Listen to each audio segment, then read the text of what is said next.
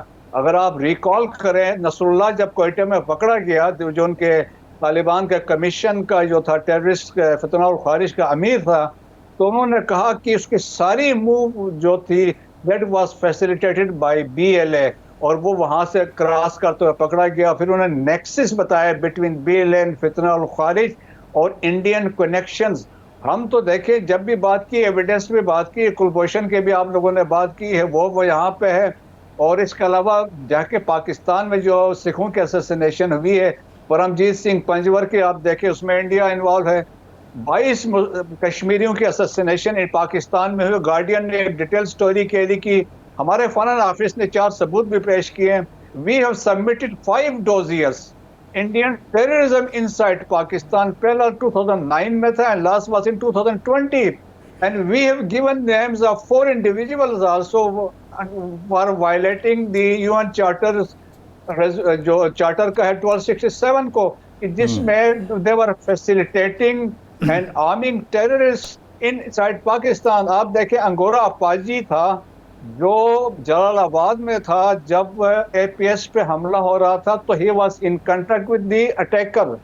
Similarly Mastung میں حملہ ہوا سراج رئیسانی پہ شہید پہ، تو اس وقت ایک پٹنائک تھا، گووندا پٹنائک، وہ اسپن بولدک میں بیٹھا ہوا تھا next to Chaman and he was controlling that operation. اس کے علاوہ ہم نے اور بھی نام دیے ہیں کہ یہ لوگ انوالو ہیں. ہم نے جب بھی بات کی ثبوت کی بنیاد پہ بات کی ہے کہ انڈیا پاکستان میں ٹیررزم کروا رہا ہے. اچھا برگیہ صاحب قطع کریں معاف، اب یہ سارا کچھ ہمارے پاس موجود ہے اور انڈیا باز بھی نہیں آ رہا، وہ کمپین بھی ہمارے خلاف کر رہا ہے، سفارتی سطح پہ بھی اس نے کمپین شروع کی ہوئی ہے، اس سے پہلے مودی دورے بھی کر چکا ہے. اب ہمیں فوری طور پر کیا کرنا چاہیے؟ کیا ہم چین کی مدد سے، سعودی عرب کی مدد سے سلامتی کونسل کو جگائیں یا سلامتی کونسل سے ریکویسٹ کریں کہ وہ اس پر کوئی اجلاس کرے، کوئی صورتحال ایسی ہو کہ یہ مزید معاملات خراب نہ ہوں؟ کیا کرنا چاہیے؟ جی ہاں دیکھیں شاہ صاحب آپ صحیح کہہ رہے ہیں کہ ایک تو آلریڈی کچھ گورنمنٹ نے ایفرٹس کیے ہیں، تو ہمیں ایک ایمرجنسی سیشن کو کال کرنا چاہیے تھرو چائنا، اور جس میں ہم یہ بتائیں کہ جو پرووکیشن یہاں پہ ساؤتھ ایشیا میں ہو رہی ہے اور جس طریقے سے ثبوت بھی نہیں ہے اور انٹرنیشنل کمیونٹی نے ان کا نریٹو بھی بائی نہیں کیا ہے، تو میرا خیال میں ایک ایمرجنسی سیشن ہو سکتا ہے اور اس میں ڈیبیٹ ہو سکتی ہے. اور پاکستان ویسے بھی نان پرماننٹ ممبرس میں شامل ہے، so we can play constructive role, مل کے ہم یہ کر سکتے. انڈیا اس وقت دیکھیں انڈیا آلریڈی ایکسپوز ہو چکا ہے، ٹرانس نیشنل ریپریشن میں بھی ہے، اسپیناج میں بھی ہے، EU لیب نے بھی ان کو ایکسپوز کر دیا ہے، اور جو گرپنت ون سنگھ پنو پہ جو پلاٹ تھا وہ بھی فائل ہوا ہے.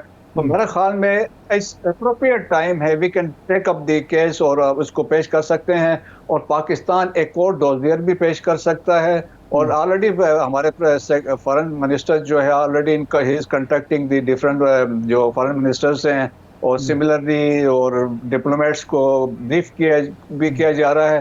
اور جو ہمارے ایمبیسڈرز باہر بیٹھے ہیں کہ they can go for aggressive diplomacy, جس پہ ہم کر.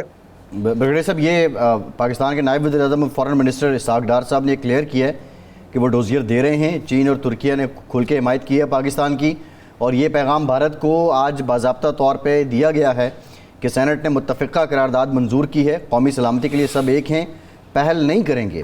لیکن اگر انڈیا نے پہل کی تو جواب بھرپور دیں گے. یہ میسج تو بڑا لاؤڈ اینڈ کلیئر ہے. But the question is that جو آپ بات کر رہے تھے, میرا سوال یہ بھی ہے کہ جو ریت اب چل نکلی ہے مائٹ از رائٹ والی, پاکستان کے پاس irrefutable ایویڈنسز ہیں, پاکستان ڈپلومیسی بھی کر رہا ہے, دنیا کو بھی بتا رہا ہے, کشمیر کے معاملے کو ٹرمپ ڈسپیوٹڈ ہونے کا ادراک بھی کر رہا ہے, لیکن یہ سب کرنے کے باوجود بھارت اپنی اڑی پہ قائم ہے. کیا وہ کوئی مودی جو ہیں وہ نیتن یاہو سے انسپائرڈ ہیں؟ وہ سمجھتے ہیں کہ جس طرح انہوں نے فلسطین میں غزہ میں کیا اور وہ پاکستان کے ساتھ بھی مودی مائٹ از رائٹ والی پالیسی اپنا لیں گے؟ جی آپ بالکل صحیح کہتے ہیں. میں نے چند سال پہلے 2 آرٹیکلز لکھے تھے کہ مودی سنگیز اور جو نازیز کے بارے میں, یا سملرٹیز بٹوین نازیز اینڈ سنگیز.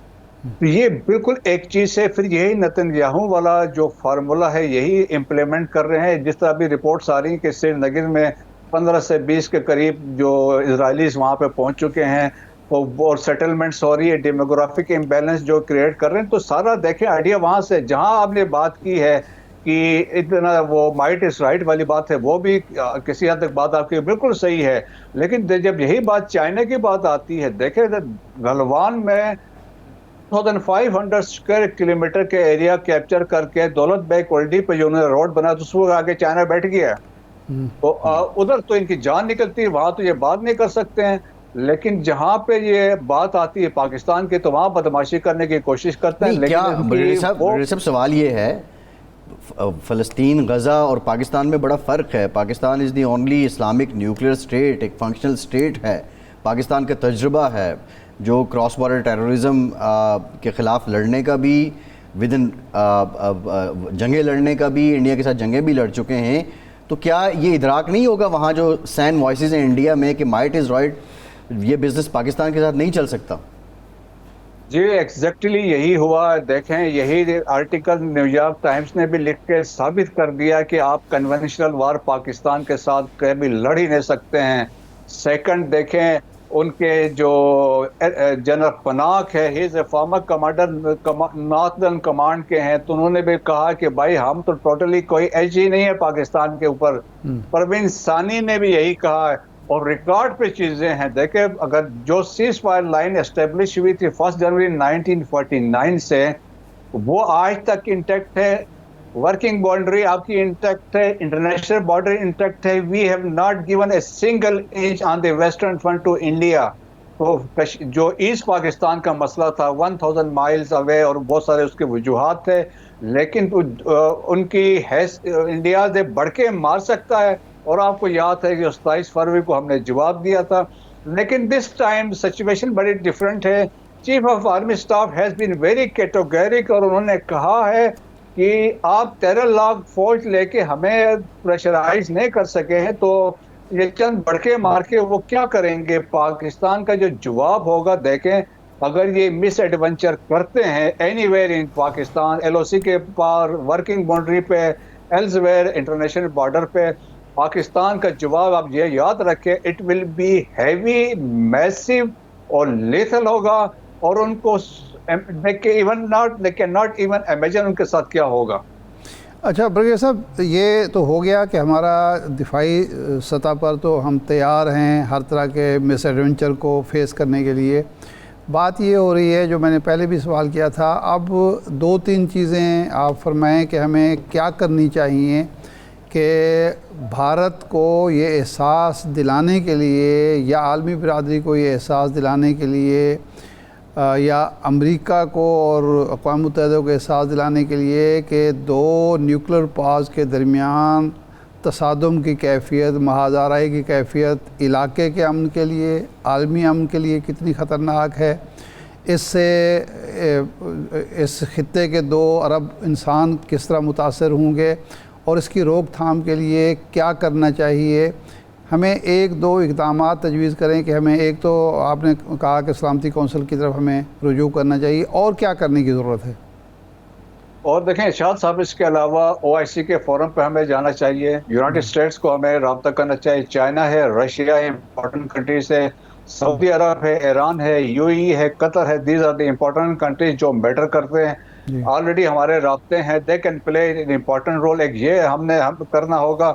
اور اس کے علاوہ جو ہے کہ دیکھیں کہ دنیا کو باور یہ کروانا ہے کہ نیوکلر آرم، جس طرح آپ نے کہا کہ نیوکلر آرم سٹیٹ ہے، یہاں اینی مس کیلکولیشنز یہاں پہ ہوگی تو اس کے ڈیواسٹیٹنگ ایفیکٹس ہوں گے، not only for the region, across the globe اس کے ہو سکتے ہیں. لیکن دنیا کو ہم نے یہ سمجھانا ہے there is one core issue between Pakistan and India, that is Jammu and Kashmir ہے. جب تک اس کا سولوشن نہیں ہوگا، there are 18 resolutions of United Nation security council, جب ان کی امپلیمنٹیشن نہیں ہوتی، this is what chief of army staff said کہ جگلر وین ہے اور جگلر وین ہی رہے گی. اور ہم نے 3 جنگیں پہلے لڑی ہے، 10 لڑنی ہے تو 10 لڑیں گے، تو اس پہ انڈینس آگ لگی ہوئی ہے.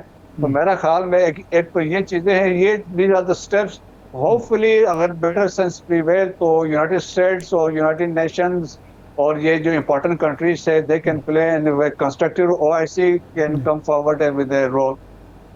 اچھا برگی صاحب، یہ فرمائیں کہ یہ جو 9/11 کے بعد ہم نے ایک نیریٹو امریکہ کا یا بھارت کا بائے کر لیا کہ جی جو واقعہ ہو ہم فوراً اظہار افسوس بھی کرتے ہیں، اس کے دہشت گردی کا واقعہ ہر اگر کشمیری عوام اپنی جدوجہد میں کوئی کچھ کارروائی کریں جواباً اپنے دفاع کے لیے، تو اس کو بھی دہشت گردی قرار دے کے ہم سے توقع کی جاتی ہے کہ جی ہم بھی بھارت کی ہاں میں ہاں ملائیں. تو کیا ہمیں اب اس نیریٹو سے بھی نکلنا چاہیے اور دنیا کو باور کرانا چاہیے کہ بھارت جو کچھ کشمیر میں کر رہا ہے اس کے نتائج اس کو بھگتنے چاہیے، نہ کہ ہم پر دباؤ آئے ہمیشہ؟ بالکل آپ صحیح کہہ رہے ہیں ارشاد صاحب. دیکھیں کہ یہ انٹرنیشنل قانون بھی جو ہے کہ جب آپ کے علاقے میں آ کے آکوپیشن فورسز بیٹھ جاتی ہیں then you have to have a right کہ آپ ہتھیار اٹھا سکتے ہیں. سو کشمیر میں تو یہی ہوا تھا کہ جب انڈین فورسز وہاں پہ آگے سے نگر پہ اتری تھی، پرابلی 27 اکتوبر تھی، تو اس دن کے بعد سے آکوپیشن میں چلا گیا. 100%، 98% تو مسلم میجارٹی ایریا تھا. ابھی تو ڈیموگرافک امبیلنس کریٹ کر رہے ہیں. سو وہاں پہ جو ہوتا ہے تو وہ تو حریت پسند ہے، ایک جہاد وہ کر رہے ہیں اپنے آزادی کے لیے. تو ہمیں کسی سٹیج پہ ہم یہ نہیں کہہ سکتے وہ ٹیررزم کر رہے ہیں، بلکہ یہ تو انڈیا کا نیریٹو ہے، ایک وہ ہے، دنیا بھر میں اسی طریقے سے ہیں. تو میرے خیال میں ہم نے پاس میں بھی ایسی بات نہیں کہ ہمیں آئندہ بھی نہیں کرنی چاہیے. اور ہمیں جس طرح ہم کہتے رہے ہیں کہ گورنمنٹ کہتی ہے، افواج پاکستان کہتی ہے، کور کمانڈرز کانفرنس میں یہی بات ہوتی ہے کہ ہمارا پولیٹیکل سپورٹ جو ہے وہ ہمارا ان کے ساتھ رہے گا، ہر فورم میں ہم ریز کریں گے. لیکن دنیا کو یہ باور ضرور ہم نے ہر فورم پہ کرانا ہے. جب تک کشمیر ریمینز انسیٹلڈ، اس کا کوئی ڈیسیجن نہیں ہوتا ہے، پیس and stability in South Asia میں ممکن نہیں. صحیح ہے. برگڑے صاحب یہ بتائیے، نیو یارک ٹائمز کی سٹوری کا آپ نے ذکر کیا کہ اس نے کس طرح یہ ایکسپوز کیا کہ بھارت کا ایک ریٹورک ہے وہ بہانہ سازی کر رہا ہے جنگ کے لیے. فائنینشل ٹائمز نے سندھ طاس معاہدے پہ بڑی ڈیٹیل آج سٹوری دی ہے، اور پاکستان کا جو موقف ہے اس میں بھی تائید مل رہی ہے. ثبوت ابھی تک بھارت دے نہیں سکا ہے. یہ سچویشن کیسے آگے بڑھے گی؟ کیا یہ ایسکیلیشن بڑھے گی، یا کوئی رابطے جو ہو رہے ہیں، سعودی وزیر خارجہ بھی ایکٹیو تھے، کوئی بات نکل آئے گی؟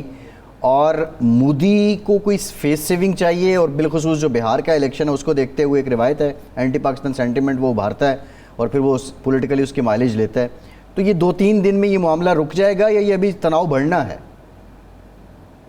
مجھے نہیں لگتا ہے. دیکھیں جی، اس میں لائکلی چانسز ہے کہ اس میں فردر اسکیلیشن ہوگی، کیونکہ جس طریقے سے ہائپ کریٹ کی گئی ہے، پبلک اوپینین شیپ کیا گیا ہے، it was done by design.